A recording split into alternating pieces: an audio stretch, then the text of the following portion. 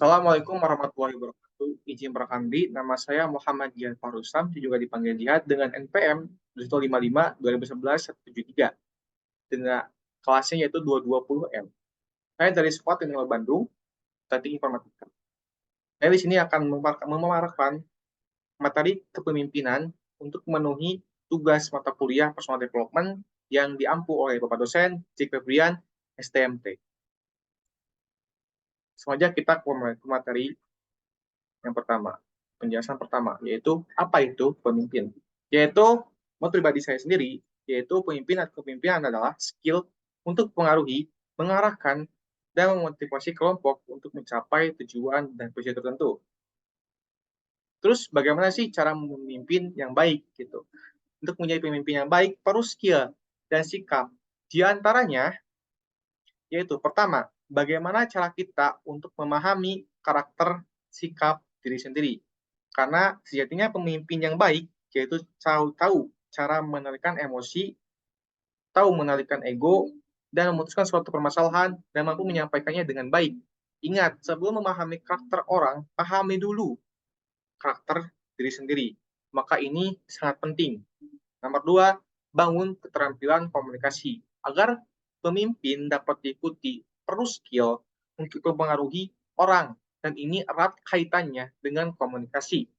Pemimpin yang baik, yaitu pemimpin yang bisa menyampaikan perkataan yang jelas dan dapat mudah dimengerti oleh suatu kelompoknya. Yang ketiga, mampu memecahkan masalah.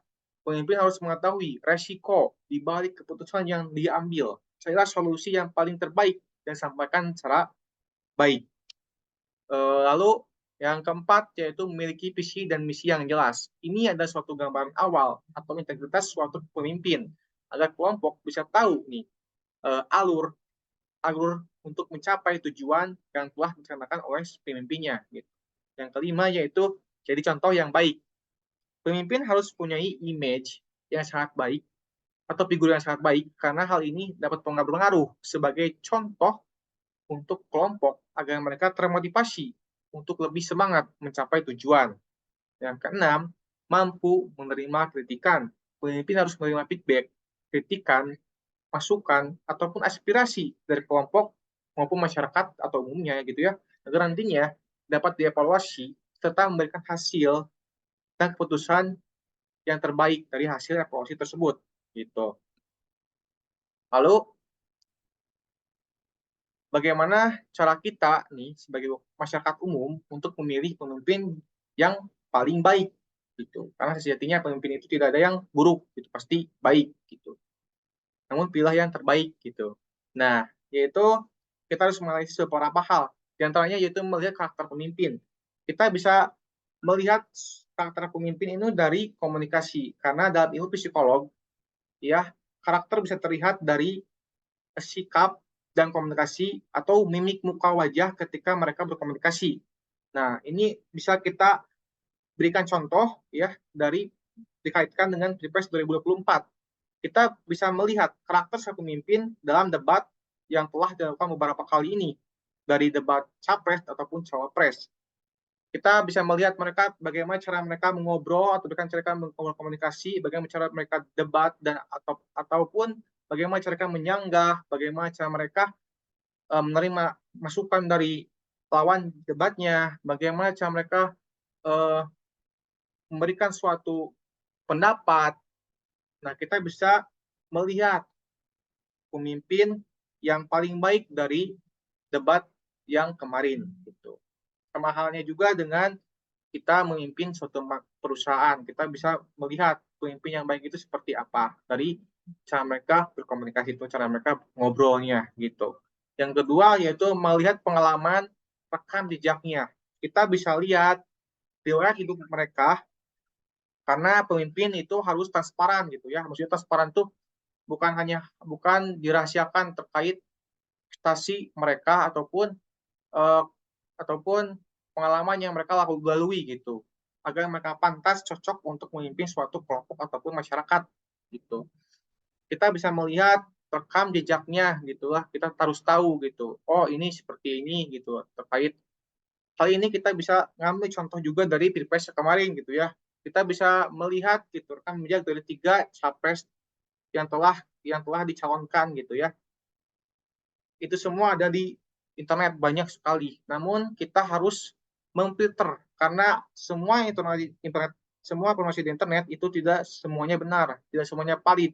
Nah, kita harus memfilter sendiri eh, berita-berita yang emang valid dan kita bisa mengambil eh, rekam jejaknya dan kita bisa memilih mana si pemimpin yang paling baik gitu. Yang ketiga, mengidentifikasi hasil jawaban dari aspirasi suatu kelompoknya. Karena dari jawaban dan bagaimana cara mereka mengambil aspirasi itu, bagaimana cara mereka menyelesaikan masalah aspirasi tersebut, kita harus tahu dulu gitu. Nah, ini bisa diambil dari rekam jejaknya juga, dari pengalaman mereka saat memimpin organisasi lain ataupun saat ini perusahaan yang lain, ataupun saat mereka mengisi kalau di lingkungan negara gitu ya, kita bisa melihat rekam jejaknya sebelum mereka mencalonkan ya, jadi menjadi presiden atau presiden gitu. Kita bisa melihat rekam jejaknya, bagaimana cara mereka mengambil aspirasi ataupun tanggapan atau kritikan dari orang lain, apakah mereka menerima ataupun mereka menyanggah secara keras gitu. Nah, itu bisa terlihat gitu dari balik lagi dari tadi poin kedua yaitu melihat pengalaman rekam jejaknya untuk melihat melihat dari untuk melihat hasil jawaban dari aspirasi. Tuh. Lalu, nah ini bagaimana sih kalau misalkan dari pribadi gitu ya, bagaimana cara pribadi ini uh, untuk menyiapkan diri saya gitu ya untuk menjadi seorang pemimpin untuk the next career pribadi saya gitu. Karena siapa sih yang tidak mau jadi seorang pemimpin ataupun mempunyai usaha sendiri? Karena usaha sendiri juga kita yang mimpi gitu ya, kita yang harus manage perusahaan itu, men-setting perusahaan itu agar perusahaan itu menjadi kokoh dan emang bisa mendapat income yang besar gitu kan ya. Nah, cara saya pertama yaitu tentunya pahami diri sendiri lagi kan. Karena pribadi yang baik, karena pemimpin yang baik itu dari pemimpin dari kita sendiri dulu gitu. Kelompok yang baik itu juga dari kita sendiri dulu gitu. Kita harus tahu dulu gitu, paham dulu sikap ego kita, mengambil keputusan kita agar kita bisa menyusun uh, dan mengkoordinir kelompoknya ataupun usaha kita gitu. Ataupun nanti kita agar bisa mengambil keputusan apabila ada nantinya ada apa masalah dari karyawannya gitu kan, kita harus bisa mengambil keputusan dan memarahi ataupun kita bisa memberikan konsekuensi yang paling baik gitu agar agar si karyawan ataupun bawahan kita agar mereka dapat menerima suatu keputusan dari pemimpinnya gitu. Yang kedua, kita saya pribadi yaitu membuat suatu visi misi yang jelas karena suatu bangunan yang besar harus memiliki fondasi yang kuat gitu. Nah, visi misi ini ibaratnya itu fondasi bangun gedung gitu kan gitu. Jadi kalau misalnya visi misi kita jelas dan emang bisa diterima, bisa dipahami oleh anggota ataupun karyawan kita, suatu bangunan itu akan kokoh gitu ya. Nah, saya juga harus memberikan suatu visi misi yang jelas dan menyampaikannya. Itulah konsep komunikasi yang menyampaikan dengan baik dan lugas, bisa dipahami oleh kelompok kita ataupun organisasi kita ataupun perusahaan kita atau usaha kita juga gitu. Saja sih untuk bagaimana saya menyiapkan karir saya karena poin-poin yang tadi itu sangat penting juga. Namun saya pribadi untuk pribadi saya sendiri menyiapkan 2 poin itu saja gitu untuk menyiapkan karir saya. Sebenarnya harus lebih baik lagi, kalau lebih baik itu menyampaikannya di 6 poin tadi yang telah saya sebutkan gitu. Terus, nah tentunya untuk menjadi pemimpin itu kita bisa melihat gitu eh, dari debat capres cawapres gitu ya. Ini juga kita bisa melihat mana sih pemimpin yang paling baik dari 3 capres ini gitu. Karena pilihan ini yaitu adalah pilihan untuk generasi kita ini gitu. Jadi tentukan pilihan terbaik gitu untuk bisa memberikan suatu amanat kepada tiga capres ini.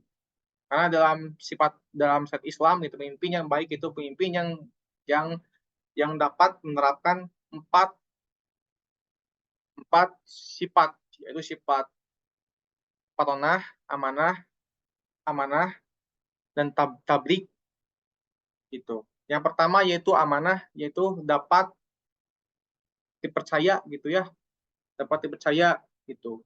Patonah yaitu berarti cerdas dan bijaksana, dan sidik nih artinya itu benar dan jujur, dan tablik itu berarti menyampaikan. Nah sebenarnya di konsep Islam juga kita juga sudah diajarkan gitu lah bagaimana cara untuk menjadi seorang pemimpin yang baik gitu.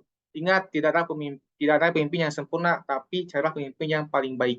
Sekian dari presentasi saya sendiri. Mohon maaf apabila ada kurangan atau kata-kata yang kurang jelas, karena saya masih proses pembelajaran.